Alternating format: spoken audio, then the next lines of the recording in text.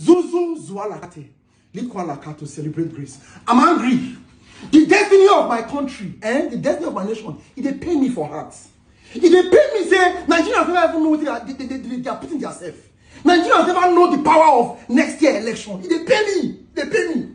If they pay me, we have 3 major candidates, right? 3 giants for this election. So what they say, candidates plenty, but 3 major presidential aspirants. And all of them, they talk since.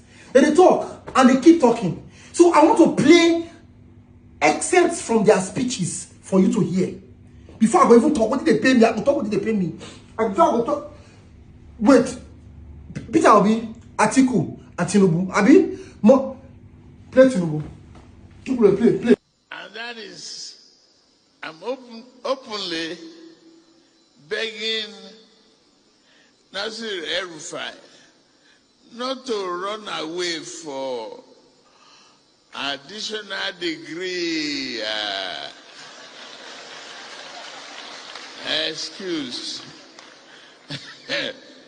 He's going to Cairo, PhD and everything. There are lots of educated relics. We are not going to let you run away. Your vision, creativity, and resiliency in turning a rotten situation to a bad one is necessary at this critical time. That is why we are here today. Shona here, which is Tinubu talk.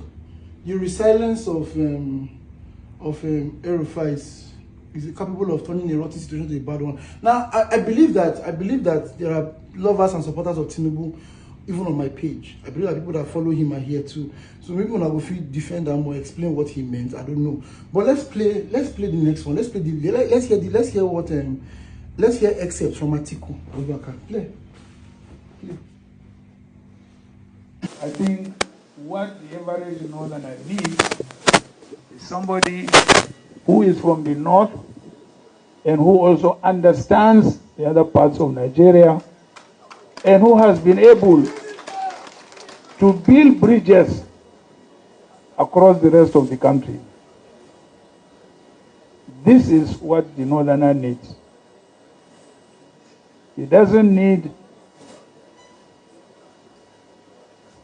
a Yoruba candidate or an Igbo candidate.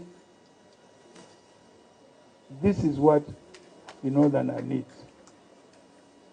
So I believe I stand before you as a pan-Nigerian of northern origin. Thank you very much. I also believe, say, lovers and followers of Atiku, they my page too, when they watch this video. So I believe that you can also defend what your candidate, your dear candidate has said, talking to Northerners, and he say, what Northerners need now, Northern person. I was telling Northerners to vote for a Northerner, not a Yoruba or an Igbo man. I'm not going to say anything about anybody's comments or anybody's speech. You have heard what he said. I believe you can defend your candidate. So let's hear Peter Obi on. More play Peter Obi on here. Put all of us on a scale. Let's know who we are. Let's ask questions who we are. Let's verify who we are. It is important for you. Do not say because Peter Obi is from the east, I will vote for him. Do not vote for me because I'm an Igbo man. Do not vote for anybody because they're from the west. Do not vote for anybody because they're from the north. This is time to vote a human being who have conscience and trust. You see, I don't want to even talk much. Do you understand? I don't want to talk much because we fail to understand that what we are deciding next year is the next 8 years of our destiny. Because you will hardly find a Nigerian president that wants to do 4 years and go. I don't know if we understand that it's the destiny of our children yet unborn that we are trying to decide. I don't know if we understand if Nigeria will be a place of peace or a place of war is what we are trying to decide in 2023. I don't know if we understand. I don't know. I'm not here to campaign for anybody. By the privilege of God, I went to over 9 countries this year. By the privilege of God. And I can tell you that Japa is not the solution. I went to over 9 countries and I can tell you, if you come from Nigeria without God's direction, so far go hug you. So far, Japa go turn to Sakpa. You can go to Germany and you will jam needs. You can go to US and you'll be useless. You can go to UK and you will not be okay. You can go to Chicago and you will live in cargo. I'm telling you fact though. I'm telling you fact about life. If you just say Japa, Japa, Japa, do you know what it means to be a second-class citizen in a country? Do you know what racism is? Do you know what oppression is? In Exodus 1 verse 8, the Bible says when Pharaoh died, another Pharaoh came up that did not know Joseph. And the children of Israel knew what it meant to be a second-class citizen in another man's country. You don't hear 3 of them talk. You have heard Tinubu talk. You have heard Atiku talk. You have heard Peter Obi talk. I'm not going to tell you. You should be an adult to be on social media. Social media is rated 18. So for you to be here, it means you're an adult. Not me to tell you who to vote for. But I have one question for you. Only one question I have for you. Let's imagine you had only one child. And the name of that child is Nigeria.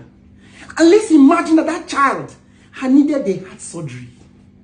Let's imagine that you had only one child and you could not give birth again. Only one pikin you get. And that pikin needed heart surgery. Then let's imagine that these 3 men were surgeons. And they came proposing to operate on your child to give your child a heart surgery. Let's imagine that these 3 men came as surgeons. Which doctor will you trust with your child? Which doctor?